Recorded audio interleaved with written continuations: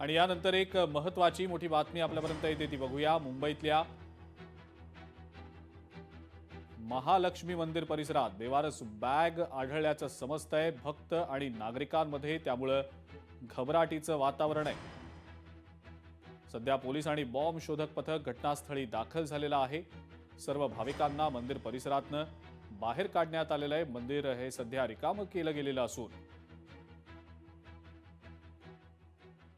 तपास सुरू करण्यात आल्याची माहिती मिळतेय। ही दृश्य आपण पाहतो आहोत सध्या। मुंबईतली ही दृश्य आहेत, लाईव्ह दृश्य आहेत। मुंबईतल्या महालक्ष्मी मंदिर परिसरामध्ये बेवारस बॅग आढळलेली आहे आणि त्यानंतर मंदिरात आलेले जे भाविक आहेत ते आणि स्थानिक नागरिक जे आहेत ते यांच्यात सध्या घबराटीचं वातावरण आहे। सध्या पोलीस आणि बॉम्ब शोधक पथक घटनास्थळी दाखल झालेले आहेत।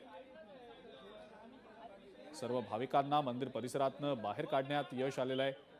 मंदिर सध्या रिकामं करण्यात आलेलं आहे आणि तपास सध्या सुरू आहे।